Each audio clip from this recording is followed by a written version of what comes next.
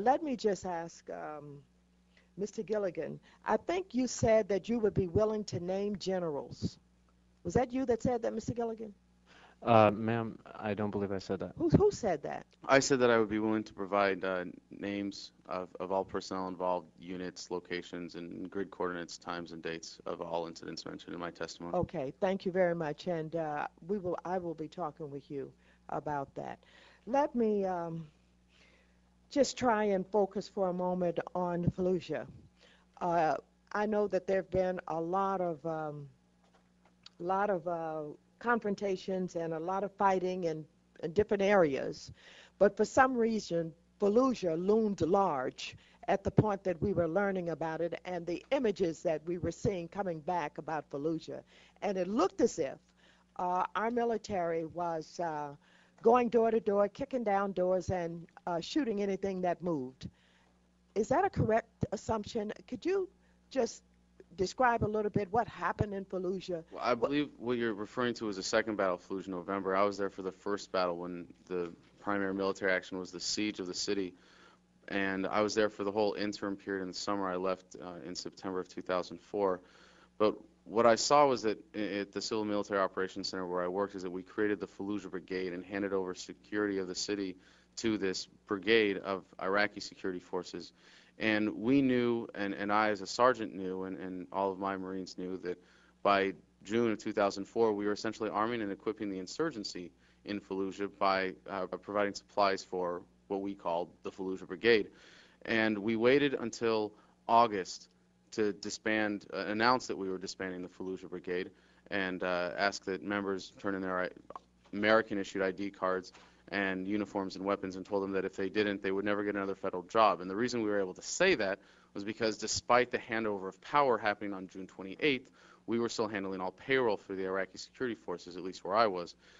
And we didn't go into the city of Fallujah for the second battle until after the presidential elections of 2004, because I believe that the president knew he could not get elected with the headline of 20 Marines dead in downtown Fallujah, which I believe is what it would have been had we gone through when we knew, at least by our thinking at the time, that we would have had to go through Fallujah. And not only did numerous Americans die unnecessarily in that battle, because as ignorant as people were to what it meant that there were 8 battalions poised outside the city of Fallujah, the insurgents knew, and they were ready for the soldiers that went in. And as it was, almost 100 Americans lost their lives in that battle. But not only that, numerous Marines died every single day maintaining that loose cordon of Fallujah throughout the summer of 2004. But what it's made clear is that this administration has chosen a policy for this country that values looking good over doing right. And as soon as you choose looking good over doing right, you will fail miserably at both. It is what we are doing as a country right now. It is what our leadership is doing, and it is what the Democratic Party has done since it took power in 2006, when it decided that it would be more concerned with looking good than doing right in terms of the policy towards Iraq in order to secure an advantage for the 2008 election. My apologies to members of the Democratic Party in the room, but it is clear to me that that policy of looking good over doing right has been established firmly by this administration and has poisoned not only the military culture, but our entire society and political leadership as well. so would you conclude that in Fallujah, when our soldiers went in, that whatever the command was, whatever the instructions or the orders were, that some of our soldiers who died there died because of poor command, a lack I of think the manipulations that led to the unnecessary deaths in Fallujah happened at the highest policy-making levels. There were State Department personnel present during the negotiations that created the Fallujah Brigade at my facility, and it is those manipulations of the process that led to those deaths. I don't think even the generals who were conducting those battles had any say in the timing or the actual conduct, really, of those engagements. thank you. And finally, the civilians who died there, who were in those houses where it appeared that our soldiers were sent to kick down the doors and to shoot anything that was moving. Uh, is it reasonable to conclude that that policy was not a good policy, that people died needlessly, soldiers and civilians? Well, in terms of kicking down doors, I believe you're referring again to the Second Battle of Fallujah, so I'm not going to try to comment Okay. on that. But Okay.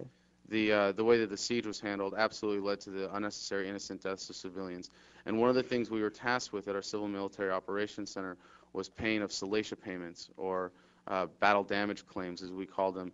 And we distributed a couple $1 million that way. I was interviewed by Al Jazeera because doing something like this was historically unprecedented. But we would turn around and pay people what it would cost to rebuild their homes had we destroyed their home by accident. So somebody coming to our facility filing a claim might get $25,000 for the home that we accidentally dropped a bomb on, and $2,500 for the son that was killed in that accident. And that just goes to show the relative value of life that Americans have, or the value that Americans place on Iraqi lives based on that policy that we carried out there. Thank you very much, Madam Chair. Thank you, sir. All right.